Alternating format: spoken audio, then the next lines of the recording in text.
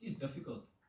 And it hurts when it comes from fellow professionals, people who play the game at the highest level and know how difficult it is. You can question performance, you can question, but you can't question the attitude and the spirit that we had. I mean, going down, playing half the game with a man down, it's not easy. Playing against the host nation. And we had the attitude, the will to keep fighting. We didn't give Mexico much in the second half. And that shows the character that we have in this team. We could have easily given up, felt sorry for ourselves, and, gotten a beating, but we didn't. We kept believing, we kept fighting. And were we at our best? No. Will you always be at your best? No. But the character and the fight and the mentality that we had, the boys can be proud. Yes, we were disappointed, and rightfully so. But, you in today's world and society, everyone is an expert.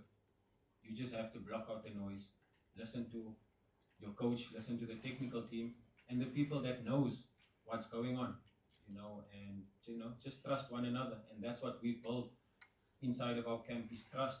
We trust the coach, we trust the technical team, and we trust each other as players, as difficult as it is. And the support from the country has been magnificent, and it's been amazing. Over the last few years, we've built that relationship that was once broken, but we've built it up, and people shouldn't forget that. Yes, criticize us, it's fine, but don't be disrespectful. And also, not everything is as bad as it seems. When you are winning, everything is not good, and when you are losing, everything is not broken. So you learn from this and you grow, and that's the nature of sport. Sport always gives you another opportunity to be better.